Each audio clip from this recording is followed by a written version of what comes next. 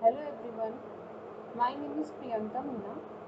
आज लेक्चर का टॉपिक है ISO international standard organisation part 2। First हमने देख लिया था, आईएसओ का इंट्रोडक्शन देख लिया था और various model for quality assurance in ISO 9000 series. ISO 9000 series देख ली थी, 9001, 9002, 9004। आज हम देखेंगे जो आईएसओ मॉडल 9001 है, क्वालिटी मैनेजमेंट, उसके विभिन्न एलिमेंट्स कौन कौन से हैं, various elements of ISO 9001। Elements of ISO 9001 first आता है आईएसओ 9003 में 12 गुणवत्ता प्रणाली है। 9001 में ज़्यादा पॉइंट्स हैं, बाद में जब इसको रिव्यू किया जाता है तो कुछ पॉइंट्स को हटा दिया जाता है।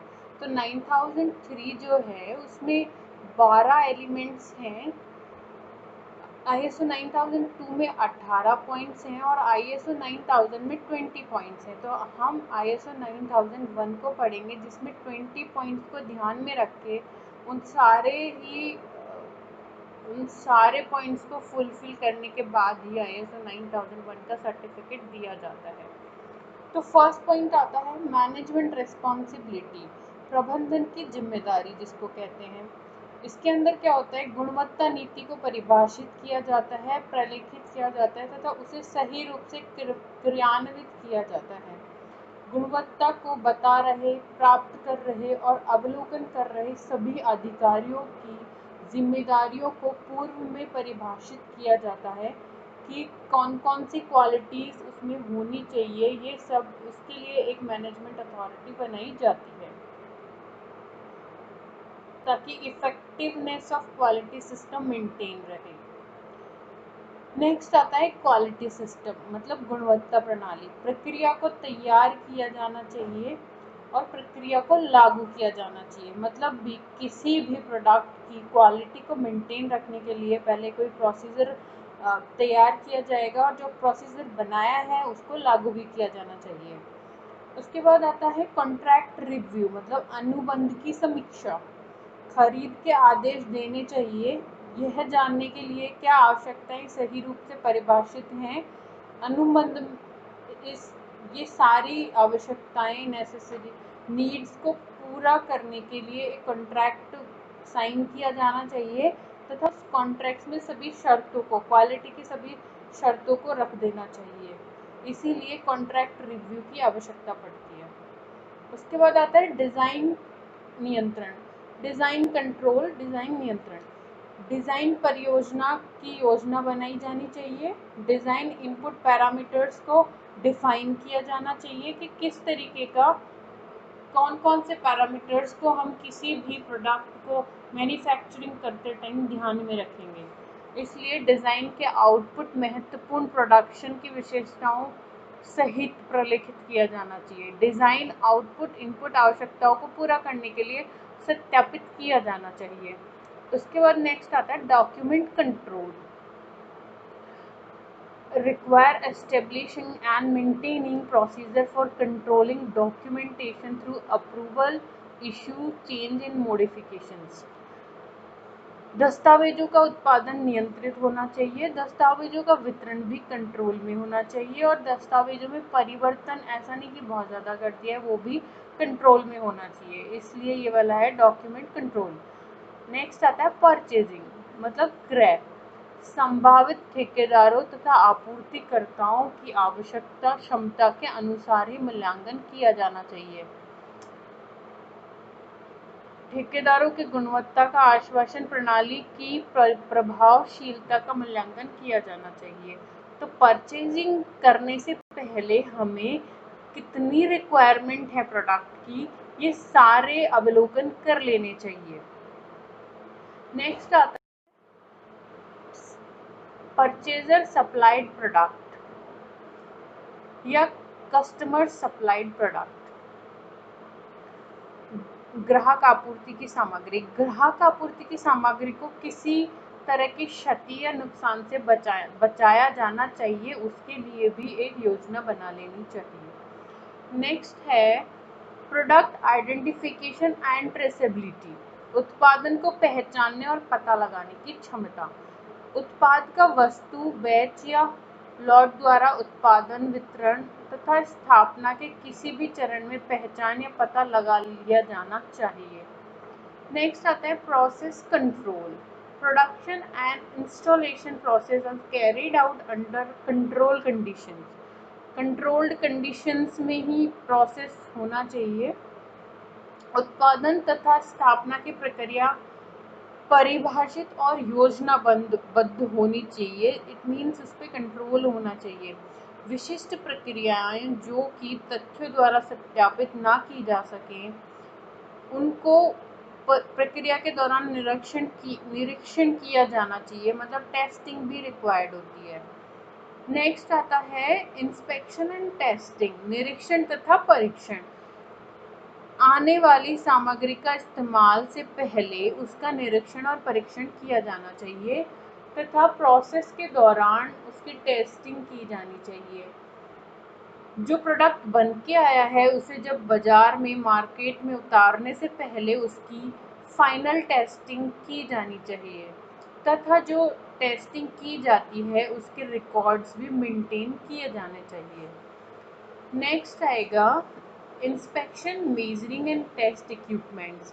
अभी हमने बात की थी कि जो भी मार्केट में प्रोडक्ट आया है उसकी टेस्टिंग की जानी चाहिए। तो टेस्टिंग करने के लिए इक्विपमेंट्स भी होने चाहिए, और इक्विपमेंट्स में कितना मतलब उसकी एरर और इन सब की कितना एरर वो मेंटेन कर सकता है, इन सब के बारे में भी उसमें डिफाइन होना चाहिए मशीन, जो भी इक्विपमेंट है जिसको टेस्ट करने के लिए। तो मापन, निरीक्षण और परीक्षण के जो उपकरण होते हैं वो दोष रहित अवस्था में होने चाहिए। मापन में अनिश्चितता और उपकरण की क्षमता का ज्ञान होना चाहिए कि उसमें कितनी त्रुटि है, टॉलरेंस कितनी है, इन सब का ज्ञान होना चाहिए। उसके बाद आएगा इंस्पेक्शन एंड टेस्ट स्टेटस।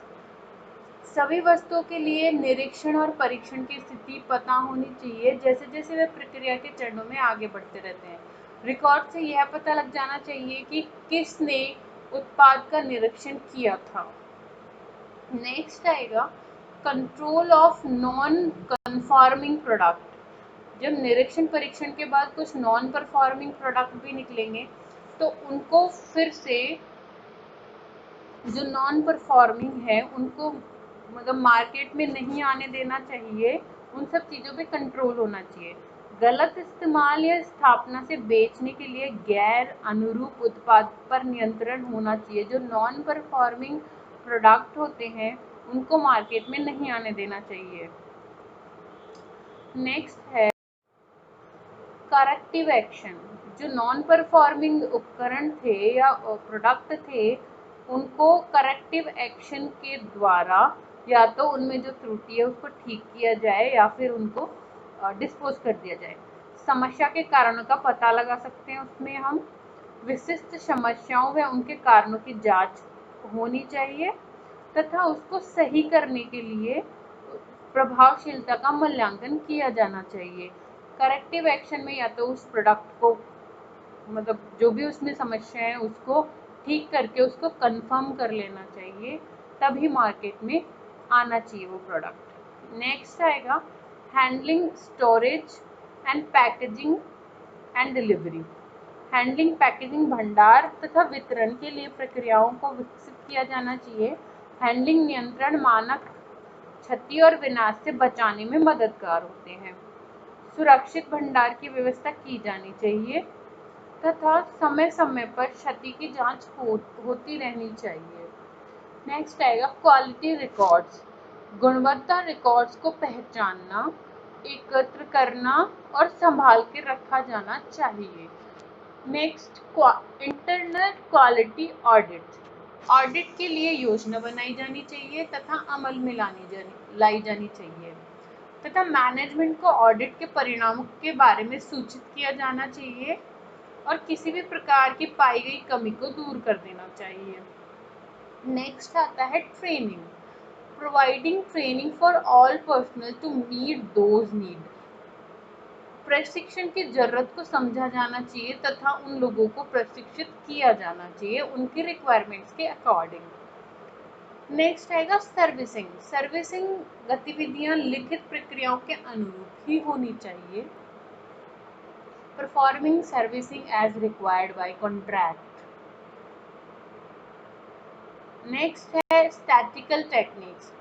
सांख्यिकी तकनीक की पहचान होनी चाहिए तथा स्टैटिकल टेक्निक्स का इस्तेमाल प्रक्रिया क्षमता और उत्पाद विशेषताओं की स्वीकृति को स्थापित करने के लिए किया जाना चाहिए।